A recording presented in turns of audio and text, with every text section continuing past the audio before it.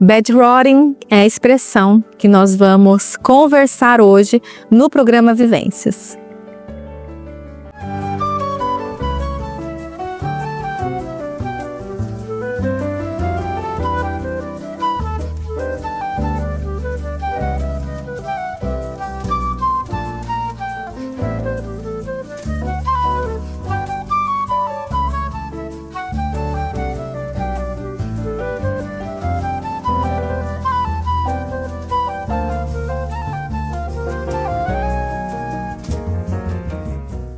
Oi pessoal, tudo bem com vocês? Seja bem-vindo a mais um episódio do programa Vivências aqui na sua TV Canal 4 Marília e em outras mídias sociais onde você estiver me vendo e me ouvindo. É um prazer estar com você e é um prazer poder discutir aspectos da nossa saúde mental, do nosso desenvolvimento humano, das nossas relações, cuidando da nossa saúde mental, que é o carro-chefe aí da nossa vida, não é?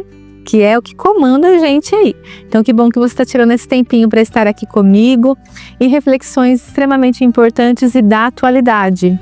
Como eu disse para vocês, a gente vai falar sobre bedrotting. Bedrotting é uma expressão extremamente visualizada hoje nas mídias sociais, principalmente pelas pessoas da geração Z, que é essa geração tecnológica, né, os mais jovens, que não é a minha geração, por exemplo, mas é a geração aí que de 20, de 18 anos, geração jovem aí, que vem com essa expressão nas mídias sociais assim bombando. E o que significa bedrotting? Bedrotting significa, se a gente for fazer uma tradução ao pé da letra, cama apodrecendo, uma coisa assim, sabe? Então, alguma coisa no sentido de você cair na cama e ficar ali na cama apodrecendo, né? Ficar ali na cama passando um tempo de descanso, talvez. O que essa geração tem trazido dentro dessa perspectiva é uma sobrecarga que eles acabam descarregando em deitar, em ficar na cama. Não ficar na cama só no sentido de dormir, de descansar e de dormir, mas levar os lanches para a cama, levar estudos para a cama, tirar um tempo para ficar ali no celular, nas mídias sociais, tudo nessa condição de estar descansando. Nós entendemos hoje, e tem muitos estudos que falam sobre isso, sobre a sobrecarga e o quanto que a gente precisa de fato descansar e tudo mais. Quando a gente vai falar nas gerações passadas, né, nos meus avós, dos meus pais, eles não entendem muito, essa geração não entende muito essa sobrecarga dos jovens hoje, porque antigamente a gente não tinha esse tipo de trabalho mais intelectual, no sentido de você ficar muito na frente do computador, muito nas telas, né? No trabalho do home office, né? De você meio que misturar aí o seu trabalho com a sua casa. Então, assim, essa configuração de trabalho que a gente vê hoje é muito diferente, muito distante de uma geração anterior à minha, por exemplo.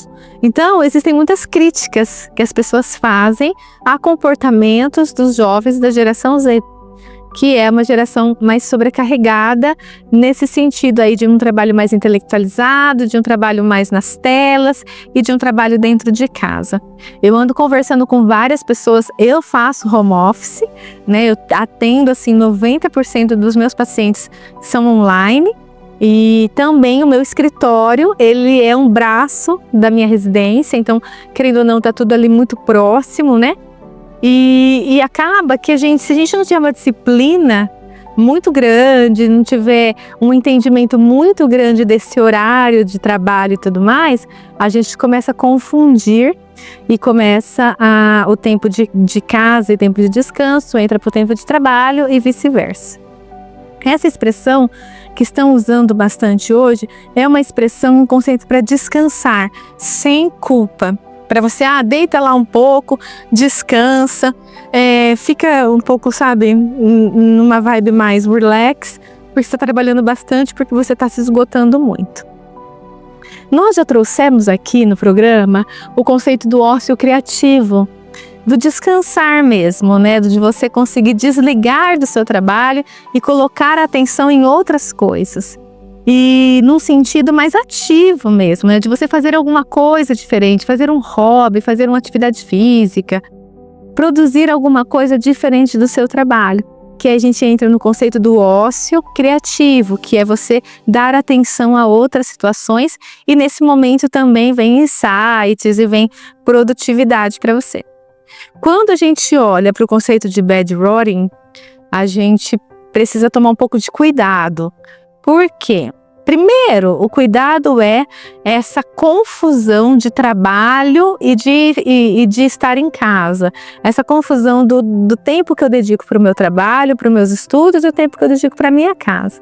Então, quem faz home office, uma das minhas orientações é você não ter o seu escritório no seu quarto. Que é o ideal, né, gente? Vamos combinar, né? O ideal, às vezes, não é o real para muitas pessoas. Eu tive meu escritório no meu quarto há muito tempo, né, na verdade. Então, o ideal é a gente ter um cômodo para isso, né? Um lugar mais, até decorado, diferente, um lugar mais recluso, para a gente conseguir diferenciar ali, que é o nosso escritório, que é a nossa casa. E quando a gente consegue fazer isso, a gente consegue colocar alguns limites, né? Se a gente tem um pouco de disciplina, a gente consegue colocar uns limites nas nossas horas de trabalho, nas nossas horas de descanso, nas nossas horas de lazer. Quando que esse bad rotting fica mais complicado? Quando não tem essa delimitação, e quando a gente acaba fazendo tudo ali num momento de descanso, ali no nosso quarto. Então a gente vai comer ali, a gente vai estudar ali, a gente vai ficar nas mídias sociais ali, a gente começa a misturar as coisas. E aí a gente não consegue o descanso necessário. A gente acaba até cansando de uma forma diferente. Outra forma também de atenção a esse novo comportamento que as pessoas têm adotado é que muitas vezes quanto mais você fica nesse ambiente, mais você quer ficar. E aí você vai entendendo o seu quarto, a sua cama, como um refúgio que te afasta de relações sociais e de outras formas de descanso. Porque a forma de descanso, isso é super importante da gente pensar, não é só deitar e dormir. Nós conseguimos descansar fazendo outras coisas. Por quê? Porque nós estamos ativando outras áreas cerebrais. Por exemplo, se a gente trabalha ali intelectualmente, fazendo uma revisão de texto, por exemplo. Então, o seu trabalho é fixado em revisão de texto. Você não precisa só descansar deitado, fazendo esse bad rotting, né? Deitado dentro desse conceito. Você pode descansar a sua mente do seu trabalho fazendo uma atividade física. Você pode descansar conectando com pessoas. Você pode descansar conectando com animal de estimação. Você pode descansar numa piscina, fazendo uma atividade ao ar livre. Não necessariamente deitado. O que esse conceito traz é que descansar igual a estar deitado. E aí a gente entra num outro problema, que a gente trabalha o isolamento. E aí o isolamento, gente, é até um livro, um spoiler, hein, que eu estou escrevendo sobre esse aconchego. O isolamento, ele acaba abraçando. Ele acaba tornando aquela zona de conforto ali de uma forma maior do que a gente pode imaginar. Ele acaba mostrando que o isolamento é muito bem-vindo. Ele acaba trazendo para a gente uma baixa tolerância à frustração nas nossas relações sociais, por exemplo. Nós só crescemos nas nossas relações, nas nossas trocas. Relações saudáveis, de qualidade. Então, se a gente levar ao pé da letra esse comportamento que as pessoas estão trazendo hoje, a gente corre um grande risco de entrarmos em humor deprimido, entrarmos em crises assim homéricas de insônia, porque você acaba também desregulando aí seu relógio biológico do sono e vigília, né? Porque muitas vezes que você vai tirar um tempo para deitar e relaxar, você vai cochilar. E aí você vai alterar esse tempo de sono vigília que você tem, esse ciclo. A gente também fica mais confortável no desconforto social, a gente fica mais confortável nessa falta de interação. A gente acaba ficando reducionista nas nossas ideias, porque a gente não tem com quem confronta as nossas ideias. A gente acaba ficando mais deprimido. Então nós precisamos realmente tomar muito cuidado com essa possibilidade de descanso. Nós estamos e nós somos hoje considerados gerações cansadas, né, de muito trabalho, do capitalismo tá aí gritando na nossa cabeça, porque a gente precisa produzir. Portanto, nós precisamos a todo momento estar produzindo, segundo o capitalismo. Mas nós precisamos tomar cuidado com essa sobrecarga de um oposto para o outro, né? De trabalhar arduamente muito tempo e a gente não ter aí na roda da vida outros pilares para a gente se dedicar. Da gente trabalhar bastante e depois ir aí pro bed rotting, e aí para apodrecer na cama, como eles dizem, né? E ficar ali, né? Jogado ali. Eu confesso que eu percebo esse conceito e esse movimento entrando na nossa vida. E se a gente não tomar cuidado, a gente acaba tornando isso um hábito. Eu não sei como que é para você, né? Eu sei como que é a sua vida, a sua rotina e tudo mais. Mas existem alguns conceitos que a gente precisa criticar. E existem algumas coisas que a gente precisa ficar muito atento. Por exemplo, nas nossas relações. As nossas relações são fonte de vida. As nossas relações são fonte de desenvolvimento pessoal. Né? Existe um psicanalista que dizia que nós só crescemos na relação com o outro.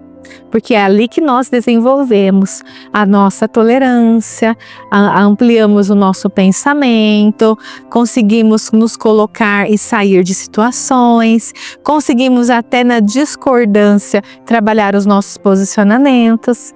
Porque quando a gente está aí deitado, descansando, como esse conceito nos traz, e a gente está no celular, a gente não vai questionar o celular, a gente simplesmente vai passar aquilo que a gente não quer ver. A gente não vai ter que trabalhar nenhum tipo de tolerância a um pensamento diferente do nosso. A gente simplesmente muda. Simplesmente para de seguir. Simplesmente bloqueia. Agora, quando a gente está no presencial com as pessoas, numa roda de conversa, a gente tem que ter um outro tipo de jogo de cintura aí, né? Apesar de essa geração, você percebe que ela não tem tolerância, ela pega as coisas e vai embora. Eu tive acesso a uma situação de uma pessoa que entrou no seu primeiro emprego e aí discordou de alguma coisa que estava ali, acho que de horário de trabalho, uma coisa simples, eu me lembro que era uma coisa simples de se resolver, pegou a bolsa e foi embora, sem dar satisfação. É como se tivesse bloqueado a pessoa, como se tivesse passado lá o feed ali do celular. Então hoje, esses comportamentos virtuais, eles estão entrando num conceito de relacionamento social muito importante e que a gente não consegue trazer esses comportamentos para a vida real, né? A vida virtual é vida virtual, a vida real é diferente e onde a gente cresce? Na vida real. É ali onde a gente tem que trabalhar as nossas habilidades socioemocionais. Então, entenda-se que a sobrecarga ela é real, né? Os trabalhos hoje em dia que dispensam muito gasto de energia psíquica e mental é real. Nós precisamos descansar, sim, com certeza, mas precisamos fazer outros tipos de descanso também. Não somente ir lá, ligar o ar-condicionado e colocar o edredom até o pescoço e ali ficar. Isso aí pode trazer uma ideia de isolamento social, uma ideia de humor deprimido, de baixo repertório social, baixa tolerância à frustração, e aí a gente pode causar mais problemas. Bed rotting é o tema dos tempos agora. Importante? Sim. Mas temos lugar para comer, temos lugar para fazer as coisas, a gente precisa voltar a ser um pouco mais crítico nisso, para a gente não entrar num looping aí de talvez uma mudança de visão de mundo, uma mudança de visão de relação, e aí talvez entrar em alguns transtornos psicopatológicos importantes. Espero que você fique bem, eu espero que tenha feito sentido para você, e eu espero que você observe a sua sobrecarga e observe o quanto você precisa descansar e de quais formas você pode descansar. Não só dormindo, não só deitado, mas talvez fazendo coisas que fogem aí do repertório do seu trabalho, outras coisas, outros ganhos, outros lugares, porque dessa forma também nós descansamos, né? Como uma academia, que você vai e treina braço, no outro dia você não precisa ficar deitado na cama só descansando, você vai lá e treina perna, porque você está descansando o braço, mas você vai lá e treina também, e faz algum tipo de atividade. Então, muito cuidado com esses comportamentos mais de isolamento, tá bom? Porque é muito complicado quando a gente pensa em se isolar para se proteger e descansar. Talvez isso pode ser uma esquiva, e as esquivas, elas são importantes de serem olhadas para que a gente não entre em transtornos psicopatológicos. Fique bem, quero te agradecer por estar aqui, que vocês tenham uma semana ótima, e quero agradecer a nossa apoiadora, Via d'Água Distribuidora, que sempre está conosco. Se você precisa de água na sua casa, mande um WhatsApp no 998906724. Um beijo e a gente se vê no próximo episódio, próxima terça-feira às 20 horas, aqui na TV Canal 4 Marília. Até mais!